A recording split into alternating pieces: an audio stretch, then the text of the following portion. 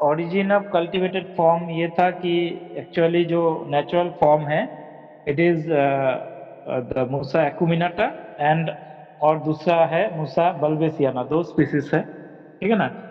तो ये दो स्पीसीज दोनों ही डिप्लॉयड है। बेसिक क्रोमोसोम नंबर 11 है, तो दोनों का जो डिप्लॉयड फॉर्म है it is 22। But they actually banana एक इस टाइप का क्रॉप है जिसमें नेचुरल म्यूटेशन बहुत ज्यादा हुआ भी है और होता भी है। अभी तक बनाना में जितना भी डिफरेंट कल्टीवर्स है they are mostly due to different mutation और नेचुरल म्यूटेशंस, ठीक है। उसमें ह्यूमन इंटरफेरेंस बहुत कम है, लेकिन नेचुरल म्यूटेशंस बनाना में बहुत ज्यादा होता है। तो उसी म्यूटेशन के थ्रू, नेचुरल म्यूटेशन के थ्रू जो डिप्लॉयड एक्यूमिनाटा है कभी ट्रिप्लॉयड फॉर्म में कन्वर्ट हो गया, तो कभी टेट्राप्लॉयड फॉर्म में कन्वर्ट हो गया। सिमिलरली बल्वेसियाना ग्रुप भी कभी डिप्लॉयड से नेचुरल म्यूटेशन से ट्रिप्लॉयड हो गया, कभी टेट्राप्लॉयड हो गया। और उसके बाद डिफरेंट कॉम्बिनेशंस में उसमें अगर हाइब्रिडाइजेशन हुआ है तो मान लो टेट्राप्लॉयड एक्यूमिनाटा है, टेट्राप्लॉयड मतलब 4A, इस फॉर्म के साथ सिर्फ डिप्लॉयड बल्वेसियाना मतलब 2B, इस फॉर्म का अगर हाइब्रिडाइजेशन होता है तो क्या होगा? अल्टीमेटली एक बी आएगा और टेट्राप्लॉयड से 2A आएगा नेक्स्ट जनरेशन में F1 में, तो अल्टीमेटली ट्रिप्लॉयड AAB फॉर्म बन गया, ठीक है। तो इसी तरीके से डिफरेंट कॉम्बिनेशंस में म्यूटेशंस या म्यूटेशन फॉलोड बाय हाइब्रिडेशन से डिफरेंट कल्टीवेटेड फॉर्म बना है, ठीक है। तो इसीलिए जो AA या ट्रिपल A या टेट्रा A फॉर्म है they are normally mutation through mutations, और similarly BB, triple B, tetra B फॉर्म they are normally natural mutations.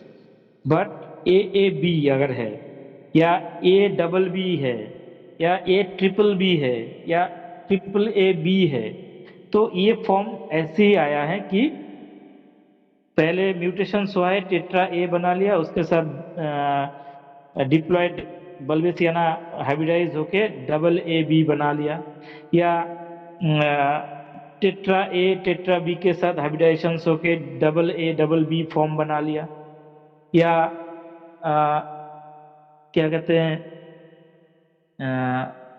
Triple A form, फिर क्या कहते हैं ट्रिपल B के साथ आके AA या B या A BB फॉर्म बना ले। ये डिफरेंट परम्यूटेशन म्यूटेशन के हिसाब से, कॉम्बिनेशन के हिसाब से डिफरेंट फॉर्म को बनाया। तो अल्टीमेटली जो हम लोग कल्टीवेटेड फॉर्म खाते हैं जो मार्केट में मिलता है they are actually Musa paradisiaca का बोलते हैं। जो अगर हाइब्रिडेशन, दोनों के हाइब्रिडेशन से जो बना है तो it is actually cultivated form which is comes under Musa paradisiaca का।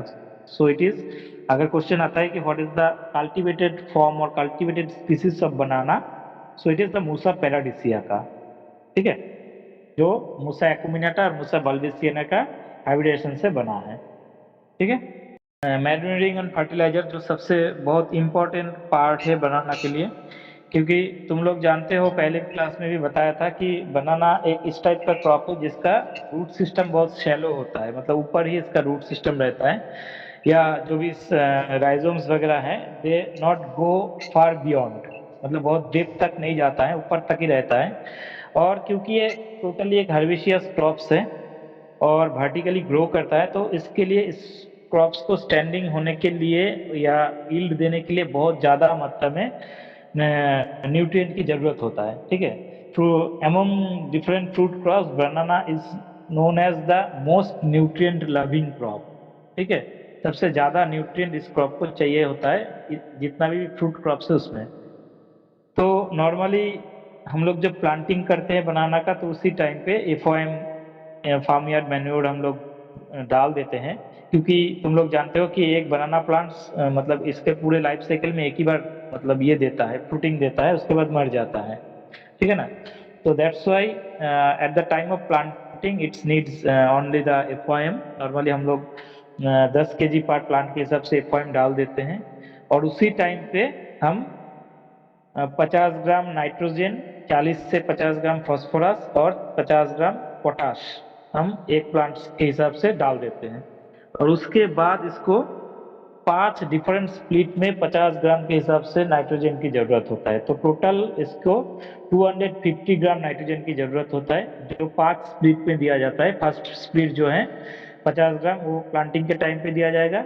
उसके बाद 1 से 1.5 महीने के इंटरवल पे बाकी 3 दिया जाएगा और 3।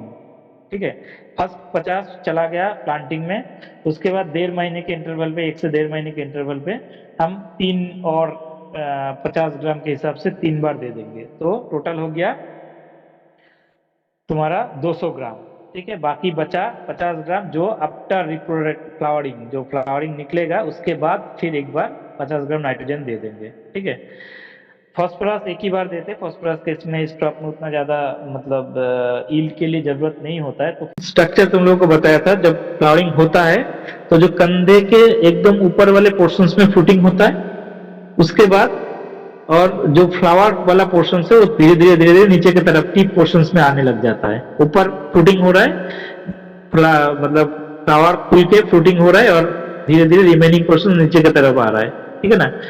तो जब एंटायरली फ्रूटिंग हो जाता है, तब अगर उस स्ट्रक्चर को देखोगे, एंटायर कंधे को, तो देखोगे ऐसा होता है कि ऊपर फ्रूटिंग वाला पोर्शन से बहुत सारा, उसके बाद थोड़ा सा गैप है जहाँ पे तुम लोगों को बताया था कि हार्माफ्रोडाइट फ्लावर का पोजीशन होता है, जहाँ पे जो गिर जाता है अल्टीमेटली, और उसके नीचे टिप पोर्शंस में फ्लावरिंग पोर्शंस होता है जो नॉर्मली बिहेव करता है मेल फ्लावर की तरह। ठीक है ना। तो वो जो टिप पोर्शंस का फ्लावरिंग पोर्शन है, वो जब फ्रूटिंग खत्म हो जाता है तब वो उस प्लांट के लिए कोई मायने नहीं रखता है, क्योंकि दिस इज मेल फ्लावर। ठीक है ना। मेल फ्लावर की जरूरत किस लिए होता है? पॉलिनेशन के लिए, और बनाना पार्थेनो करती है पॉलिनेशन के में, उसकी कोई मतलब योगदान नहीं है, रोल नहीं है। और जब फ्रूटिंग ऐसे भी कंप्लीट, अगर रोल होता भी तब भी फ्रूटिंग कंप्लीट होने के बाद उसकी और कोई रोल नहीं है, क्योंकि फ्रूटिंग ऑलरेडी कंप्लीट हो चुका है। ठीक है ना। तो इसलिए उस पोर्शंस को की मतलब टिप में जो फ्लावरिंग स्ट्रक्चर है उस पोर्शंस की after fruiting, after completion of fruiting stage कोई मतलब नहीं रहा। तो इसीलिए उस पोर्शंस को काट लेना जरूरी है उस टाइम पे। जब फ्रूटिंग स्टेज कंप्लीट हो जाता है तब उस पोर्शंस को काट लेने की जरूरत है। क्यों काट लेने की जरूरत है? क्योंकि अगर हम नहीं काटेंगे तो बेमतलब का न्यूट्रिएंट पूरे प्लांट से उस पोर्शंस में जाएगा, उस पोर्शंस को जिंदा रखने के लिए। ठीक है ना, जिसकी जरूरत नहीं है।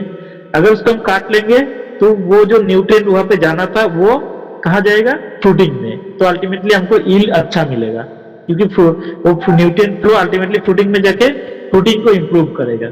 ठीक है ना। तो अल्टीमेटली हमारा फ्रूटिंग इंप्रूव होगा। साथों साथ अगर उसको हम काट लेंगे तो उसका मार्केट वैल्यू होता है उस टाइम पे एज ए वेजिटेबल। ठीक है ना। तो दो चीज हो रहा है, एक जो हम काट लिए तो ultimately it will check the nutrient flow there and helps to convert this nutrient in the improvement of fruiting. ठीक है ना। तो ultimately which will ultimately helps to improve the fruiting yield capacity of the plant. ठीक, साथों साथ जो काट लिए उस पोर्शंस को मार्केट में बेच सकते हैं, तो उससे फार्मर्स को कुछ प्रॉफिट मिलेगा, भले ही वो बहुत कम हो। अगर एक फ्लावरिंग स्ट्रक्चर से हमको फार्मर्स को 10 रुपए भी मिल रहा है तो भी बहुत है, क्योंकि वो अल्टीमेटली प्लांट्स के लिए कोई जरूरतमंद वाला चीज नहीं रहा तब। ठीक है ना। तो ये जो टेक्निक है, removal of this male structure after completion of female phase, female phase मतलब कि फ्रूटिंग कंप्लीट होने के बाद, तो इस ऑपरेशंस को बोलते हैं डिनाविलिंग। ठीक है। उसके बाद हार्वेस्टिंग, हार्वेस्टिंग का जो बताया कि 75% या 3/4 मैच्योरिटी स्टेज में हम लोग हार्वेस्ट कर सकते हैं।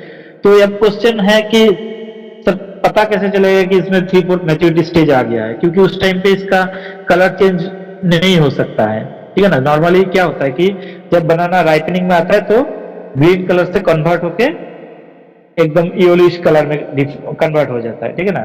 लेकिन वो कब आता है? 90% जब मैच्योरिटी होगा या जब राइपनिंग शुरू होगा तब।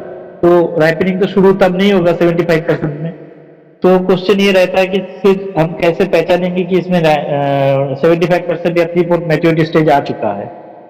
तो इसके लिए डिफरेंट मतलब सिंबल्स है जिसके थ्रू, इंडिकेशन है जिसके थ्रू हम लोग पहचान सकते हैं। एक है कि number of days from flower emergence. Normally flowering के बाद से बनाना 4 महीना लेता है, मतलब हार्वेस्टिंग आने में, ठीक है। आफ्टर फ्लावरिंग, फ्लावरिंग हुआ उसके 4 महीने बाद उसमें हार्वेस्टिंग होने लायक कंडीशन में आता है। तो अगर 3 महीने बाद मतलब 3/4 मैच्योरिटी स्टेज में आ जाएगा, तो अगर हम काउंट कर सकते हैं 90 दिन से 120 दिन, तब उस स्टेज में हम उसको हार्वेस्ट कर सकते हैं उसके अकॉर्डिंग। दूसरा है कि देखोगे, एक कच्चा केला मार्केट से लाते हो और एक पक्का केला मार्केट से लाते हो, एक इमेच्योर और एक मैच्योर या राइप बनाना। तो देखोगे राइप बनाना का जो शेप होता है, इट इज राउंडिश शेप का होता है। लेकिन अगर इमेच्योर स्टेज में या कच्चा केला लाते हो, देखोगे उसमें चारों साइड समझ में आता है कि ये इस साइड है, एंगुलरिटी रहता है उसका फ्रूट्स में, ठीक है ना। तो इमेच्योर स्टेज से जब मैच्योरिटी की तरफ जाता है बनाना, तब धीरे धीरे ये एंगुलरिटी राउंडिश कंडीशन में कन्वर्ट होने लग जाता है, ठीक है ना। सो it is an important maturity indices कि डिसअपियरेंस ऑफ एंगुलरिटी, जो एंगुलरिटी है वो धीरे धीरे खत्म हो रहा है, डिसअपियर हो रहा है। तो जितना बनाना मैच्योरिटी की तरफ जाएगा, ये एंगुलरिटी धीरे धीरे खत्म हो जाएगा और बनाना राउंडिश हो जाएगा। सो it is one of the important maturity indices, disappearance of this angularity. तीसरा है कि देखोगे, जब इमेच्योर स्टेज में बनाना होगा, घर में अगर है तो देखोगे ध्यान से, हर एक बनाना फिंगर जो इंडिविजुअल बनाना है उसका टिप पोर्शन में देखोगे एक ब्लैकिश टाइप का फ्लोरल रेमनेंट्स उस बनाना के साथ लगा रहता है, जुड़ा हुआ रहता है, ठीक है। तो कुछ नहीं है, it is the stigmatic portion. जो स्टाइल और स्टिग्मा है वो पोर्शन है, क्योंकि नीचे वाला स्टाइल और स्टिग्मा कहीं ना कहीं नीचे जहाँ पे ओवरी है उसके साथ अटैच्ड है, और ओवरी अल्टीमेटली फ्रूट्स में कन्वर्ट हुआ है ना। तो वो स्टिग्मेटिक सरफेस जब तक बनाना मैच्योर होके राइप नहीं होगा तब तक वो लगे रहेगा। जब मैच्योर हो जाएगा तब धीरे धीरे वो पोर्शंस ड्राई होके गिर जाएगा। तो जब वो गिर रहा है, अगर हाथ थोड़ा सा हाथ लगाओगे, टच करोगे उसको, अगर वो गिर रहा है वो टिप वाला पोर्शन, इसका मतलब बनाना मैच्योर हो चुका है, ठीक है। अगर वो तब भी बहुत मतलब हार्डली और स्ट्रेंथली उसके साथ लगा हुआ है, अटैच है, तुम टच करने से भी वो गिर नहीं रहा है, इसका मतलब बनाना इमेच्योर है। So it is an important maturity indices की brittleness of floral remnants and their natural shedding. अगर टच करोगे तो वो धीरे खटक से अलग हो जाएगा, नेचुरल शेडिंग हो जाएगा, ठीक है। इसीलिए देखोगे कच्चा केला अगर घर में लाओगे तो देखोगे उसके एकदम टिप पोर्शंस में वो लगा रहेगा, ठीक है। और लेकिन अगर पक्का केला लाओगे तो देखोगे वहां पे एक छोटा सा ब्लैकिश टाइप का टिप बना हुआ है, स्केरी बना हुआ है, बाकी रेमनेंट्स है नहीं, वो गिर चुका है, ठीक है। So it is an important maturity indices. उसके साथ साथ चेंजिंग ऑफ कलर की थोड़ा थोड़ा जो डीप ग्रीन से लाइट ग्रीन होके येलोइश कलर की तरफ अगर आ रहा है, it means it is turning to maturity. और एक चीज है कि क्योंकि बनाना का जो कंदा है या बंच है वो टिप पोर्शन से निकलता है प्लांट्स का, तो जब वो मैच्योरिटी की तरफ आता है तो टिप का जो लीफ है वो ड्राई होना शुरू करता है। नेचुरली क्या, जैसे हम बताएं कि रिमूवल ऑफ ड्राई लीफ में कि नीचे की तरफ एक लीफ मर रहा है और ऊपर एक लीफ बन रहा है, नीचे एक लीफ मर रहा है, ऊपर एक लीफ बन रहा है, ठीक है ना। ये नेचुरल फिनोमेना है बनाना में। लेकिन जब वो फ्रूट्स मैच्योर हो रहा है, क्योंकि उसको तब मरने की मतलब सेनेसेंस के टाइम आ चुका है, ठीक है ना, तो उस टाइम उसका एकदम टिप पोर्शंस वाला जो लीफ है वो ड्राई होना शुरू कर देगा। तो it is one of the important maturity indices कि अगर फ्रूटिंग हो गया है उसके बाद टिप वाला लीफ मर रहा है, it means the banana is ready for harvesting or banana is now mature enough, ठीक है। So these are the maturity indices. One is number of days, 3 to 4 months. Another one is disappearance of angularity. Another one is जो floral remnants है, shedding, natural shedding of floral remnants. Another one is turning of color or changing of color from deep green to yellow, light green or yellow, and drying of the top leaf, ठीक है। So these are the maturity indices through which we can harvest the banana at 3/4 maturity stage, but well before they are ripening, ठीक है। उसके बाद इसमें और दो operations होता है। अब बनाना हार्वेस्ट तुम कर लिए, ठीक है। अब क्या करना है, क्योंकि वो बनाना दोबारा तुमको कोई यील्ड नहीं देगा, उसमें कोई फ्लावरिंग नहीं आएगा, ठीक है ना। तो उसको हम क्या करेंगे इस कंडीशंस में, इसमें ये करना है कि अब प्लांट्स को हमको काटना है, ठीक है ना। क्यों काटना है, अगर काटेंगे तो बताया था जो अंदर वाला स्यूडोस्टेम व्हाइटी पोर्शन है, this portion can be used as a vegetable, और साथों साथ जो एंटायर स्यूडोस्टेम पोर्शन है इट इज हाईली फाइबरस, तो फाइबर इंडस्ट्री में हम उसको बेच सकते हैं, ठीक है ना। उससे हमको क्या कहते हैं प्रॉफिट मिलेगा।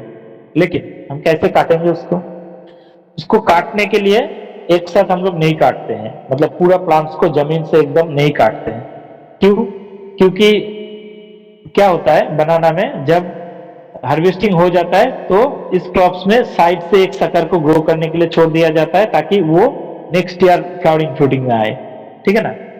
तो इस टेक्निक को बोलते हैं रैटोनिंग।